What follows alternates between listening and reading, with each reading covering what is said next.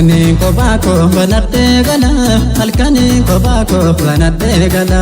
Uffadhee gachiisa huccuu koo jala, jilbaan qabadheeti garaa jaalala.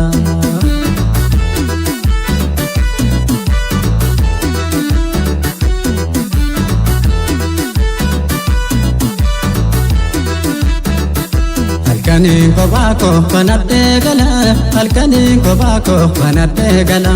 Uffadhee gachiisa huccuu koo jala, jilbaan qabadheeti garaa jaalala.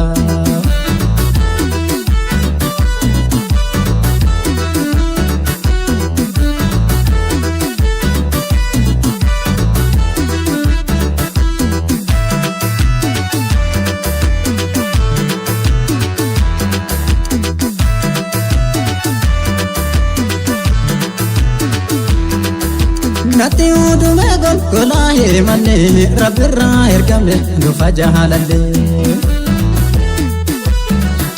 Rabbirraa ergamne dhufa jaalalle akkamiin kophaasa jiraata namni.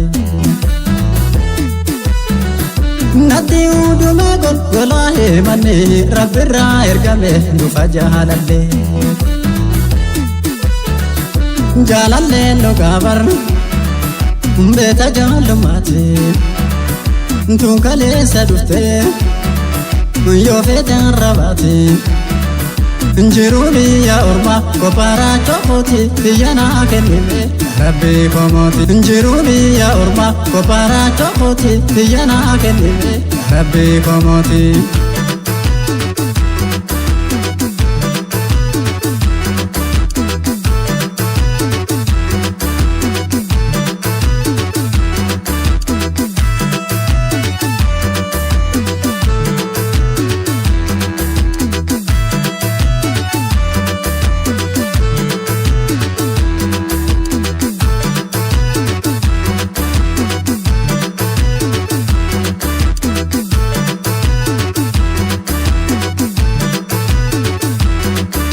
Halkanii kophaakoo banadhee gala, halkanii kophaakoo banadhee gala.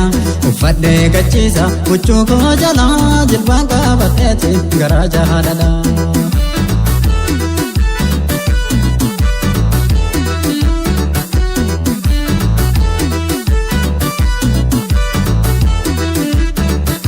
Firee babbareeda hunda nyaatanii, firee babbareeda hunda nyaatanii.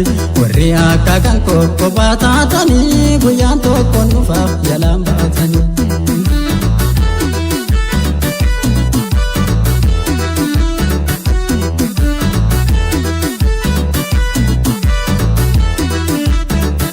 Gubadhee jarjaree dhaladhee iyyaa, taafoliin guddanne dhalattuu biyyaa. Tawaliin guddanne dhalattuu biyyaa, duullee siffita lola bahaa kiyyaa.